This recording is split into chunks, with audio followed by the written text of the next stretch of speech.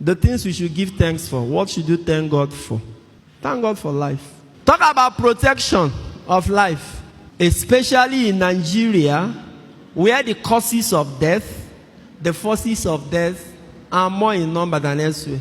In Nigeria, the things that can easily kill you, they are all over the place. They are very plentiful. So that you are still alive like this in Nigeria, you should be giving thanks to God though. Because the things that can kill you, the things that have killed many people, millions, hundreds of thousands, they are still there and they seem to be increasing. If it is not bad road, it can be a reckless driver. If it's not a reckless driver, it can be a dubious spare part seller who will carry expired brake pad or inferior brake pad and tell you, "Okay, this is original, made in Germany." And then you will pay money for it, and then you are cruising in your car, driving at 120, 140 with flavor playing Nabania. And you are confident that you have a good brake system.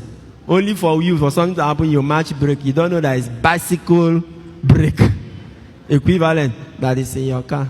You know how many people have died out of that? If you escape all these ones, what of armed robbers, bandits, Boko Haram, terrorists, killer headsmen? If you escape those ones, diseases, sicknesses. Haven't you heard of somebody who they say, "No, he just headache, or he just complained of headache," and "Oh no, he just complained of stomach ache." But you and I know you have suffered stomach ache for like 3, 4, 5 days and you are still alive. Even common malaria that have been eradicated in some countries for years is still killing people in Nigeria. But you have this, you survive.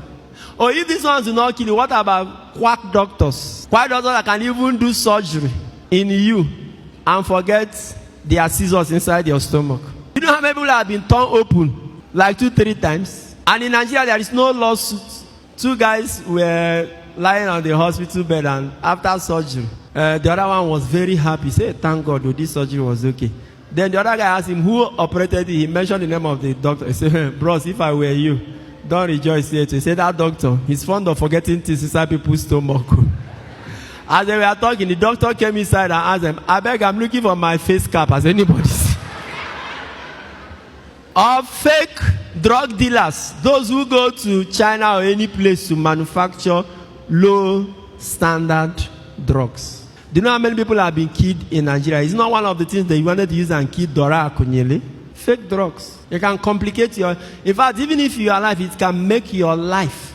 your life will be like a car that you were given to a quack mechanic. It will never be the same again. If you escape all those ones, PDP is there to kill you. If you escape PDP, APC is there. You escape APC, Nigerian police is there. Escape Nigerian police, NEPA is there. SARS. What will kill you in Nigeria are bound. Then the Ogapata of all of them, witches and wizards. But don't get carried away. Which witches and wizards I'm talking about? It's not those ones that they say they fly at night and with broom. Nah, those ones are not your problems. The witches and wizards, they tell you travel at night or come in form of bat or owl. Those ones are not your problem. In Luke chapter 9, the Bible says Jesus gave them authority and power over all the devils. That means the Okapata of all the devils and all his words, followers. The witches and wizards in Nigeria, they are small devils. God has given you authority and power over the big one. How much? That one. And in Mark chapter 16, it says, "Nothing shall hurt you. You shall not be hurt." The witches and wizards I'm talking about, they are in the presidency, in the National Assembly, in the Senate, in government houses. They are civil servants. They are politicians. They are Hausas, Igbos, Yorubas. They are Catholics, Pentecostals, Protestants, Christians, Muslims. Those are the witches and wizards that kill more people in Nigeria. In fact, the other witches, I don't even know whether they have killed anybody. But these particular witches or wizards I'm talking about, they are responsible for thousands of deaths. If you are giving money to do road, and you don't do the road, and somebody has accident because of bad road and die, what do you think you are? You are a witch. You have taken blood. You are giving money to equip hospitals. You refuse to build a hospital or even equip. And the medication or medical attention that would have saved somebody is not, and the person dies. What do you think you are? It's a witch. We have them all over the place. That in Nigeria, pensioners will be queuing to take their pension of 50,000. And they wait and wait until some will die. Because somebody doesn't want to push their file, or somebody has swallowed the money meant for their pension. And you tell me you're a human being. No, you're a winch. Witch is sweet. You are a winch. Winch. And a huge one, a winch. Those are the ones you should be afraid of. Forget about these ones that some men of God tell you that. Those are not the ones.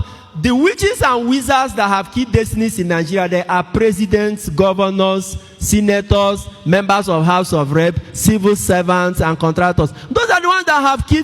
All the deliverance you are running about for people to release your destiny. Those who are holding your destiny, they are in Aso Rock. I am very serious about it. It's not the small witches, they say they are flying up and down. Those ones, they are looking for blood. If they don't see your blood, they will go and chop fruit and rest. You survive this kind of people in Nigeria, you should be happy. There's another set of witches and wizards, though, fake pastors and men of God. Those ones who have given people wrong pseudo-religious theories. They have destroyed marriages, bankrupted businesses, and made people to start thinking backward. They even block you from seeing where your real problem is coming. Men of God are coming to a family, and brother will become afraid of his own brother. Relatives will no longer eat their food. Before you even shake a relative, you remember what they told you, that they are transferring power. If you have survived all these forces, just know that Psalm 91 is working in your life.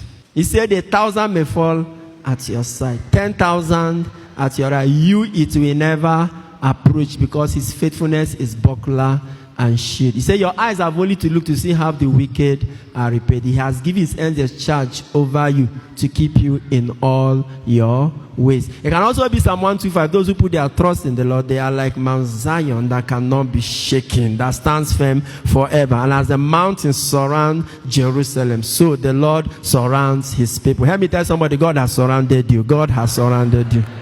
That is the reason you are alive today. And I pray that he'll continue to surround you all the days of your life.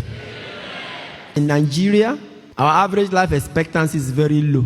What is keeping us alive aren't things you see physically, it's by the grace of God. That's why you should wake up and be thankful. In Nigeria especially, be thankful. So thank God for protection. Sign up with the largest community of Catholics online. Make new friends, chat, post pictures and videos, make and receive audios and video calls, interact with lots of priests and religions. Download the app from Google Play Store.